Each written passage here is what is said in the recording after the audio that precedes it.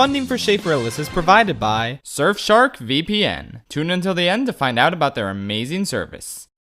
So, funny story. I was never actually introduced to the world of Avatar: The Last Airbender through the original series. I never watched it growing up because the commercials made it look really childish and not for me. Thanks for that, Nickelodeon. Thanks for allowing me to waste my adolescence like that. However, in middle school, my friends were all starting to get into this new Legend of Korra show, a sequel series to Avatar that didn't seem to require knowledge of the previous show to enjoy. So I said, sure, why not? And oh my god, it was so good! It had its problems for sure, but I just fell in love with the Avatar universe through its depiction in Korra. Of course, years later I watched Avatar for the first time, and holy shit, it's infinitely better in almost every way, but I still had a bit of a soft spot for Korra. Some fond, nostalgic memories. Of course, it's been years since I've seen Korra, and I'm now an adult who frequently shits all over my fond, nostalgic memories of stuff. So I figured it was worth rewatching Korra and seeing if this show is actually good, without comparing it to Avatar too much, since literally nothing could follow up that masterpiece and be considered satisfying. Since Korra's on Netflix now, it's more readily available to the masses who haven't seen it and have heard pretty bad things about it. So this is kind of my way of letting all you newcomers know whether or not the show is actually worth watching. Let's take a look at each season of Korra and see how good or not so good all of them are. Starting with...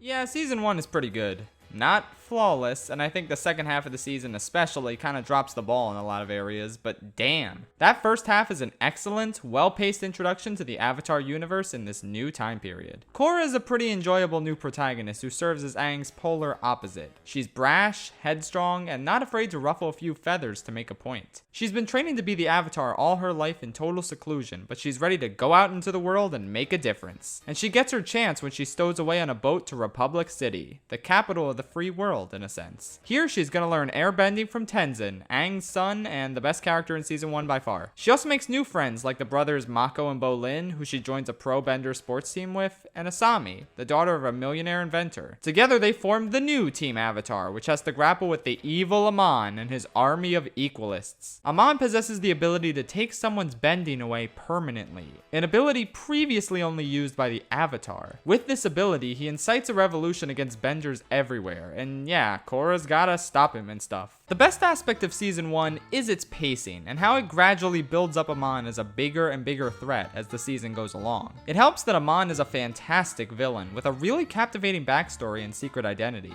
He serves as a legitimate menace with a really scary ability, and he always manages to have an upper hand on the good guys. Everything with him works really well, except when he puts a giant oversized version of his mask on top of the Avatar Aang statue. That's the goofiest thing I've ever seen. I also love the secondary villain, Tarlok, and how he parallels real-life fascism by rounding up and arresting innocent non-benders in response to the equalist threat. He seems like a one-note villain at first, but he's also got a lot going on underneath the surface. And that final scene with him may be the best in the entire season. You broke the cycle, Tarlok.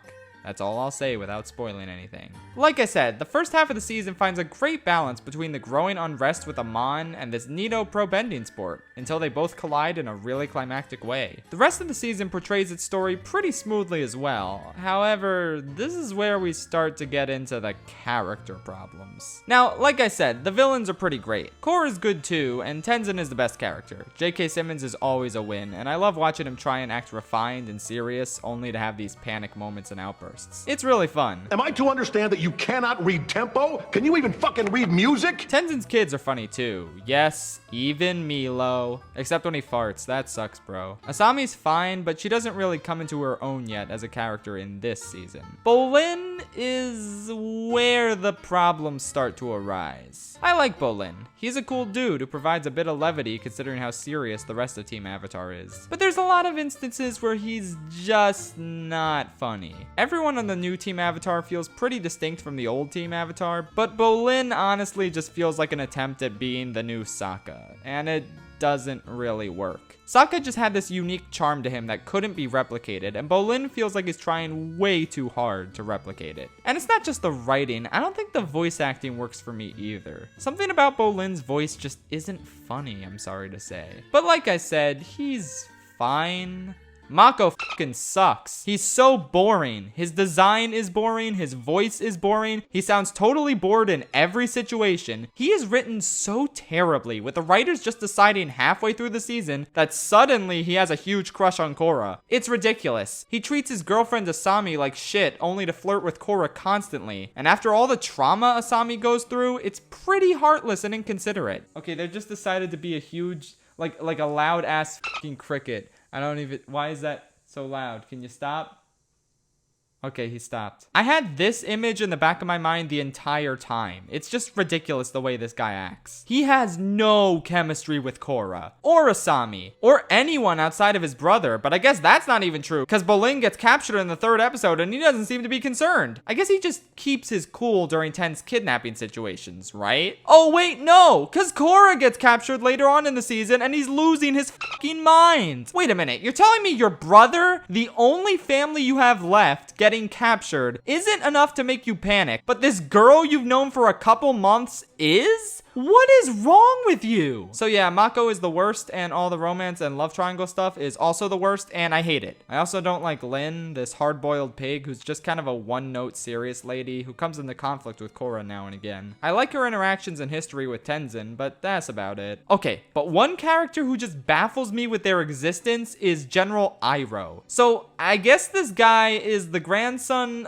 of Zuko, who's named after Iroh, except his voice is literally just Zuko's. Retreat to Red Sand Island until my signal. Like Dante Bosco couldn't have given him a slightly different voice. This guy comes in at the very end of the season, it's not explained who he is, and he just kind of joins the gang as if he's been a main character the whole time. I'm sorry, who are you? Now, everyone hates the ending to season 1, and yeah, it really is the most rushed, Deus Ex Machina-ass ending you could possibly put here. But considering the fact that Korra was developed as a mini-series with no intention of a season 2 happening, there's not much else they could have done here. Future seasons aren't afraid to end in an unhappy way with legitimate consequences, so at least they learned from this misstep. Still, without the knowledge that season 1 was intended as a standalone miniseries, this really is a load of barnacles, and probably the weakest ending out of all 4 seasons. Still, this season was a pretty fun ride. Overall, while it's not quite as good as Avatar Season 1 since it's a bit messier and has less compelling protagonists, I think the action, themes, villains, and overall story more than make up for its shortcomings. 7 out of 10. Would recommend if you can get past its flaws. Let's hope Season 2 is an improvement. Holy f***, go back.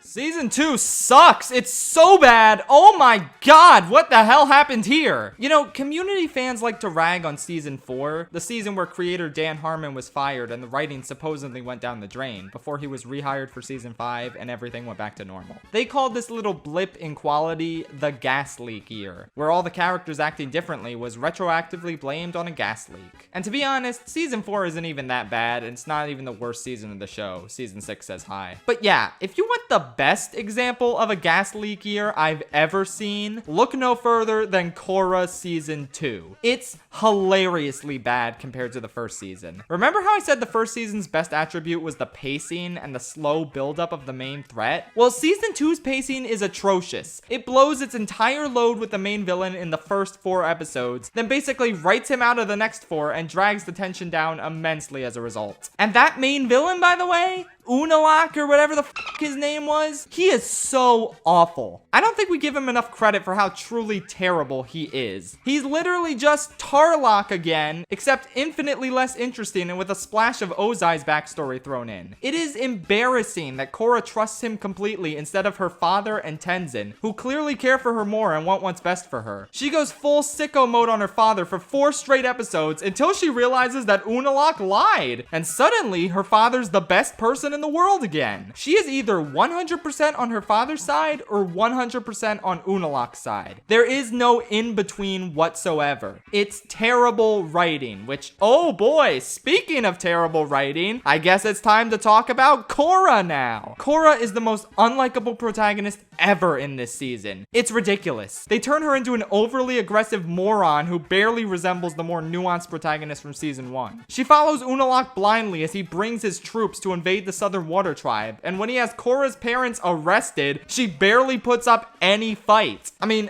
I guess it's not in Korra's character to put up a fight when the people closest to her get arrested. Oh wait, yes it is! She's simultaneously too lenient with Unalaq at the beginning and too aggressive with everyone else who cares about her. Her father just wants what's best, but she yells at him and anyone who even talks to him at every opportunity. And like, I still don't like Mako. Mr. Any in a relationship is like pulling off a blood-sucking leech. Yeah, you're the blood-sucking leech, dipshit. But damn, you actually start to feel bad for Mako because Korra lashes out at him over everything. He tries to give advice and she screams at him no matter what he's saying. You know what? These two shitheads deserve each other. I can't believe they felt the need to resurrect the love triangle plotline from season 1. Holy shit, the one plotline nobody wanted to see come back. Way to fucking go, guys. Anyway, Lin is also even worse this season since she completely dismisses Mako's thoughts about the true perpetrator behind some crimes going on. Then later, it turns out Mako was right. Gee, what a surprise. Maybe if you didn't suck at your job and you actually listened to him, the president wouldn't have been in trouble. Makes you think, doesn't it? The season also grinds to a halt to tell the story of the first Avatar ever, but it's not built up to whatsoever outside of Jinora seeing a statue of him in one episode. After Korra had visions of Yakone in season 1, since Aang was trying to warn her about Tarlok, you'd think Avatar Wan would want to give Korra some visions this season before we see his full backstory, setting him up better for us and warning her about the big evil kite of darkness that's gonna destroy the world. That's kind of important to warn her about, Wan. I mean, maybe Wan just didn't want to deal with her, which, like, yeah, I can relate to that. Okay, so is there anything good in this season? Well, yes, I'm glad you asked. The story of Avatar Wan is definitely the highlight here. Everything about it is phenomenal, except the giant darkness kite. He is a complete joke, and he sucks my enjoyment out of every scene he's in. But, like, the Wind Waker-esque picture book art style is great, the story and world building is fantastic, and I love seeing Wan and Rava grow to care about each other. It's not amazing since, like I said, the villain is embarrassing, but it's still really good. It's so good that you start to forget what show you're watching, but then it cuts back to Korra and you get really disappointed. The Wan story also really could have used more build-up so it didn't feel like a complete 180 from the rest of the season, like I said. So aside from these 2 episodes, is there anything that can salvage this season? Anything or anyone at all? Me! Well, I'm glad you asked. Everybody say hello to Icknick Blackstone Varrick, aka the single best character to ever come out of Legend of Korra. Varrick is a godsend and the only thing that kept me going throughout this slog of a season. He manages to serve as both the comic relief and an important key player at the same time. He incites rebellions between the water tribes for the sake of profits, and he's a generally shady dude, but you never suspect him because of his goofy exterior. It makes for a great, unpredictable character whose allegiances you can never truly pinpoint. And good lord, he's hysterical. I'm genuinely shocked that the people who wrote Varrick are the same people who wrote the rest of the characters in this season. Nearly everything he says is comedy gold. And it's not just the writing, it's the impeccable John Michael Higgins contributing some amazing delivery as well. Aside from Varrick, there's some other pretty good stuff like Tenzin getting a really strong character arc and some good interactions with his siblings, and Bolin becoming a star in Varrick's newfangled movers is enjoyable as well. His toxic relationship with Unalaq's daughter is also occasionally funny, and Iroh shows up. I like Iroh, and his role in this show seems like a logical progression of his character from the original. The Zhao cameo is cute too, but man, all this good stuff drowns in an ocean of suck, especially in the last few episodes. It's a painfully generic end-of-the-world plotline with 2 painfully generic villains fusing and turning the show into a painfully generic kaiju movie, and it's just flat out embarrassing. I don't want to spoil the endings of the good seasons of the show, but with this shit, who cares? Unavatu is the dumbest f***ing thing ever. His design is hysterically bad, and the fact that his grand plan to envelop the world in 10,000 years of darkness involves just wrecking shit as a giant Godzilla monster is just too much. Literally, what were they thinking? But it gets better. Korra meditates in order to turn into giant blue Korra, who defeats Unavatu with the help of the inexplicable Jinora fairy. It really is the lamest, most out of nowhere shit. I could barely tell what was going on, and I didn't even care. I just wanted it to end. Honestly, this season really made me hate everything involving spirits, and while the idea of focusing on them was a good one since they weren't seen that much in the original, this execution really sours the entire concept. So yeah, season 2 sucks, but you kind of have to slog through it in order to understand seasons 3 and 4. Honestly though, Varric almost makes it all worth it. I was gonna give this season a 3 out of 10, but Varric is just that good that he elevates the experience by an entire number score. So I'm giving Legend of Korra season 2 a 4 out of 10. Thank God it's over. Let's talk about the great season now.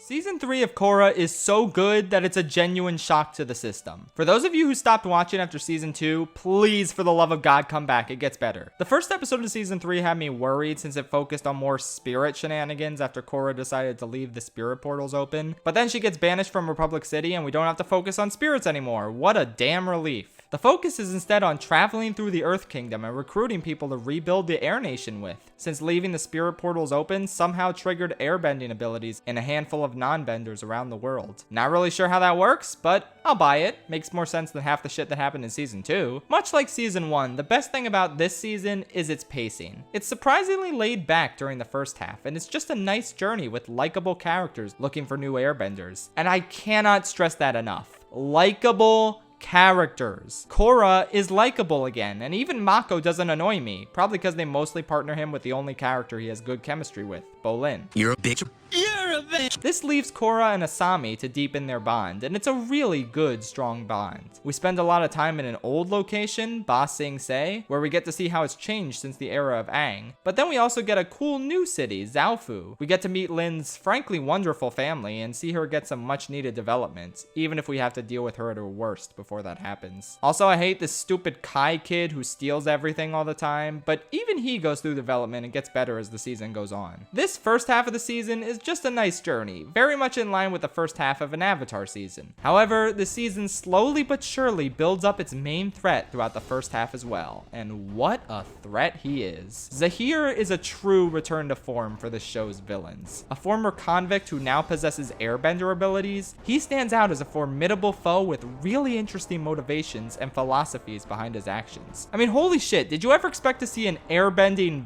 villain in this universe? It's crazy they made that concept work, but it does because Zahir is so devoted to airbender philosophies that he pushes the capabilities of airbending farther than we've ever seen it go. Hi, Goop Videos here. I'd just like to point out that Zahir is played by former Black Flag vocalist Henry Rollins. That's pretty neat. His crew of unique benders are all pretty enjoyable as well, and they only grow in terms of menace as the season progresses. The stuff that happens with Zahir and the Earth Queen took my breath away. It's so great, and the action in particular really stands out this season because of how unique and cool all these new benders and their abilities are. I also grew to really love Bolin this season, from his romantic pursuits to his lasting fame from the movers to his desire to metal bend, which, let's just say that last plot point subverted my expectations with its payoff. This season also reintroduces us to Zuko, which, yeah, a little weird that no one mentioned he was still alive in the first 2 seasons and now he's just suddenly here. He doesn't do a ton of stuff and you could kind of write him out of the season, but it's still nice to see him. When Korra tells him she spoke to Iroh in the spirit realm and he just stands there stunned, I don't know, that just gave me the warm fuzzies. It's such a great moment. And for the first and only time in this entire show, the finale is actually the best part of the season. Everything in the season builds to this brutal, harrowing last stand against Zahir, and it's honestly near perfect. The stakes are technically lower than season 2's, but they feel higher because they're more personal, more visceral, and way more compelling.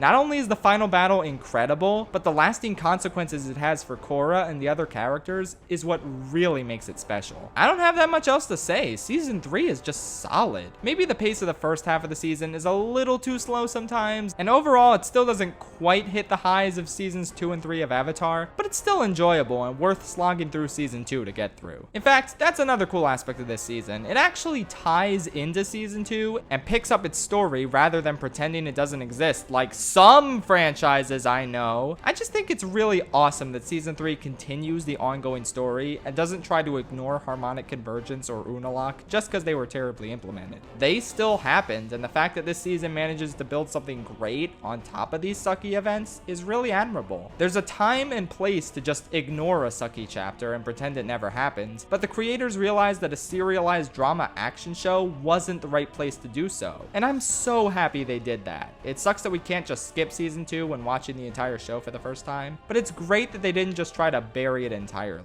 So yeah, great season, worth waiting through the previous shit to experience. 8 out of 10. Time for the big finale.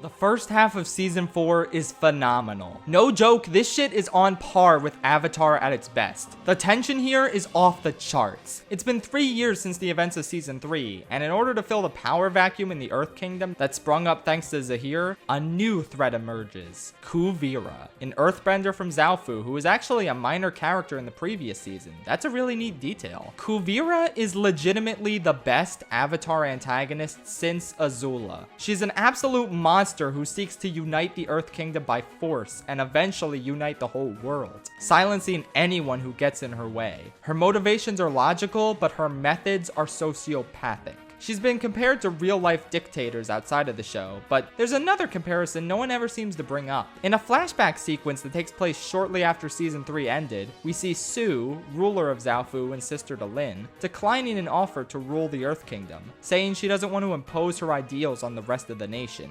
Kuvira, however, tells Su that Zaofu is a beacon of progress and that they should share this progress with the rest of the world. And that's exactly what Fire Lord Sozin said about the Fire Nation before starting the 100-Year War. It honestly gave me chills to hear Kuvira express those exact same sentiments. And it's genius because it shows how history continues to repeat itself. Dictators will always spring up and want to impose their ideals on the rest of the world by force. It's not an instance of the show lazily copying something that came before, like with Unalaq pulling an Ozai and usurping the throne. It's a chilling parallel to the constant cycle of dictatorships in real life. Kuvira was well on her way to turning the Earth Empire into the new Fire Nation. And if she wasn't stopped, there might have been an even worse war. Because holy moly, Varric is back, and he's created the Avatar equivalent of the atomic bomb for Kuvira. When he grows a conscience and tries to shut the project down, Kuvira holds him captive and forces him to keep working on it. Bolin also thinks he's doing good at first by working with Kuvira and helping villages, but it turns out Kuvira's interference leaves the villages in worse shape than they were before, and it takes Bolin a while to fully grasp this. Kuvira's manipulation skills are legendary, and she grows as such a gradual threat over this first half of the season, refusing to relinquish her power and snatching up more and more Earth Kingdom cities before finally turning her gaze towards Republic City. She's intimidating, ruthless, interesting, and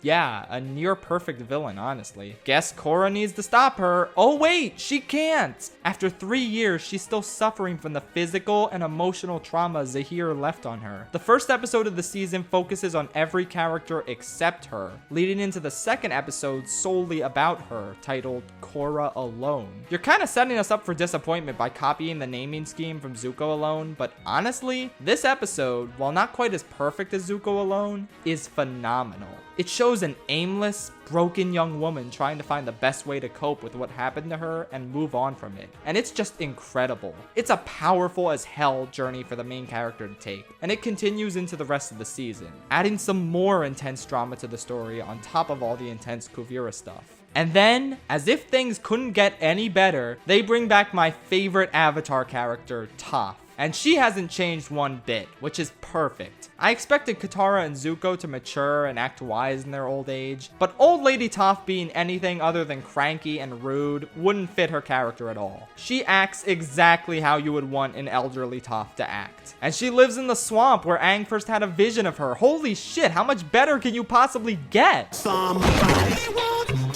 Toph takes a Yoda-like role in this season, training Korra and trying her best to help her move past the incident with Zahir. We also get a surprisingly enjoyable episode with Tenzin's kids going on an elite mission to find Korra, which, by the way, Milo being an amazing artist is honestly such a hysterical running gag. I love it. And we also get a ton of great Varric Bolin shenanigans as they try to escape Kuvira now that they know she's an evil maniac. Varric's assistant, Zhu Li, also gets her own stake in the plot, and it leads to a great character arc for Varric where he learns to appreciate her. Asami has a nice nice subplot where she reconnects with her disgraced father. It was completely unnecessary to bring him back, but I'm really glad they did. It had a really nice payoff in the end. Mako gets paired with a spoiled Prince Wu, future ruler of the Earth Kingdom. And while he's a very love it or hate it character, I mostly enjoyed him. He's like a budget Kuzco, and he goes through a similar character arc as the season progresses. Plus, it's fun to see Mako suffer. Levity and drama are balanced so well in this season. It has some of the funniest and some of the most dramatic moments in the entire Avatar saga. There is this clip show episode in the middle of the season that the creators had to make, since if they didn't, they would have had to lay off their staff a few weeks early. Long story, TLDR, Nickelodeon treated this show and its crew like shit the last few seasons, but that's a story for another day. So we had this clip show episode that mostly works. The Mako and Wu stuff feels natural enough since Mako's explaining events that Wu wasn't here for, and these chibi heads are cute additions. The Korra and Asami stuff is hilariously lame since they're just blatantly explaining events to each other that they both lived through, so yeah, that sucks. But the episode is totally saved by Varric telling the epic story of how Bolin saved the world from the Korra stopping Evil Force 4, or whatever they're called. I'm not sure if I like that name. I mean, Evil Squared might be better.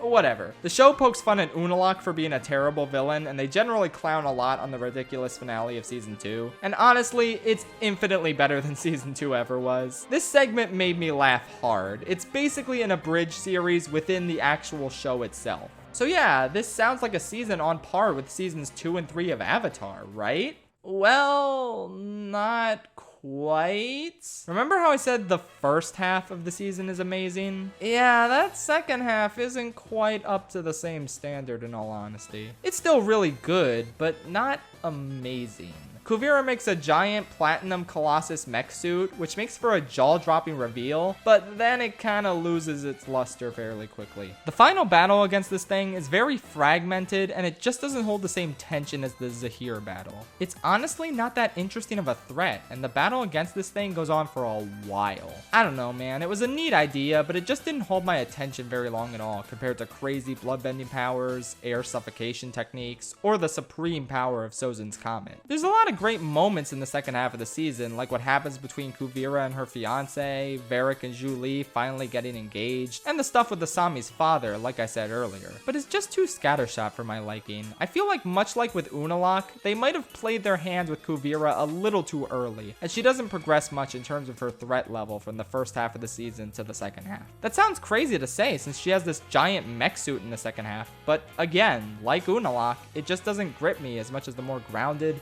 visceral threats that Amon and Zahir posed. I guess I'd say that Kuvira's the best villain, but not the best antagonist. Zahir has her beat in terms of being a monstrous force of nature that tears everything apart. The ending also feels very rushed. Everyone gathers for Varric and Zhu Li's wedding, but we don't get a lot of final scenes with most of these characters we've grown super attached to. Again, if any of these problems were a result of Nickelodeon screwing with the crew behind the scenes, then fair enough. I'm just glad they were able to give this series a decent end, rather than a bad one. I should probably end by talking about Korrasami, and what a big deal that was at the time to have a same-sex couple in a cartoon targeted at kids. It seems quaint now, given how much more explicit representation we've gotten in the past few years, but at the time, yeah, this was something special. I was personally a Korrasami shipper when I first watched the show, but in hindsight, while I still think they're a great couple with great chemistry, I'm conflicted over whether or not the show quite earned this conclusion. The pieces were there. Seasons 3 and 4 established a great bond between the two of them that could easily be construed as romantic, but I just wish they interacted even more. PB and Marceline from Adventure Time had amazing chemistry and a ton of episodes devoted solely to their interactions, which made them a believable romantic couple. Korra and Asami just didn't interact much in the back half of season 4, and if their relationship was focused on more, it would make more sense for this to be the relationship that we end the show with, like Aang and Katara's relationship was after all the explicit buildup it got. But on the other hand, my problem might be that I'm trying to view this final scene as representing Korra and Asami as a fully formed couple, who wanted to get together this whole time but couldn't until the fight was over. In actuality, this might be the moment where they first realized they had romantic feelings for each other, or even when they first realized they were bi. That's why they don't kiss, but they do gaze into each other's eyes, ready to start this relationship neither of them had fully considered before. But again, that's just one way to read this scene. They also could have gotten romantic feelings for each other in the 3 years they were apart, and they only didn't kiss here because Nickelodeon wouldn't allow it. Ultimately, my main problem with Korrasami boils down to I wanted more of it beforehand, which I think shows how natural and believable their chemistry is. I'm really happy they got together, but I'm also kind of pissed we never got to see them as a couple on screen after watching 2 seasons of that love triangle with Mako bullshit. The boyfriend's so terrible, he turned both of his girlfriends gay.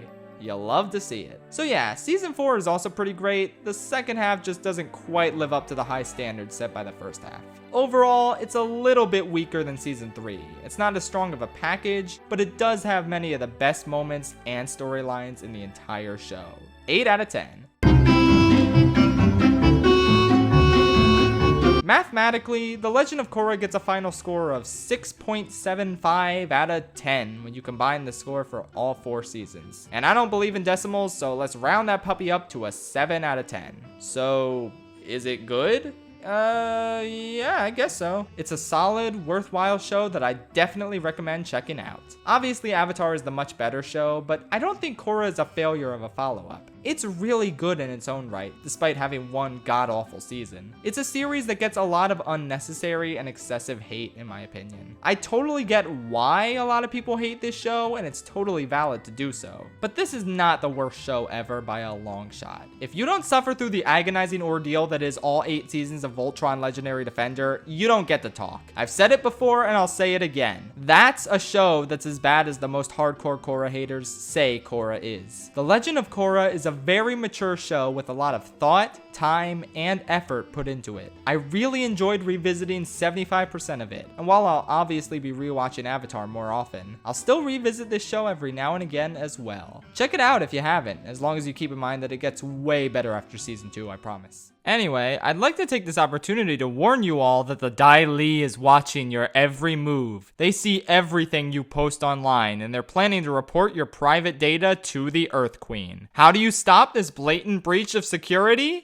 With Surfshark VPN, of course. An incredible product that encrypts your data and protects you online. Surfshark VPN allows you to access geo-restricted content, meaning you can trick your browser into thinking you're in another country, thus allowing you to access content you couldn't get otherwise. That way, you don't have to physically travel to another country to watch that country's exclusive Netflix content, for example. You can also use Surfshark and its HackLock system to get alerts anytime your email address or password is compromised. HackLock scans various databases of leaked information and notifies its users if their data is found so they can take action, which is an absolutely invaluable feature. Surfshark is also totally unlimited, meaning you can use it on as many devices as you like, even all at the same time. No other VPN allows this. Go to surfshark.deals/Rillis and enter promo code Rillis to get 83% off and 1 extra month of Surfshark VPN for free. It's an amazing deal, and it's even better because it comes with a 30-day money-back guarantee. So if you're not satisfied, you can cancel during those 30 days and get your money back. If you're looking for a great VPN, there's no reason not to give Surfshark a try. Once again, head to surfshark.deals/Rillis and enter the promo code Rillis. Have a great time with Surfshark VPN.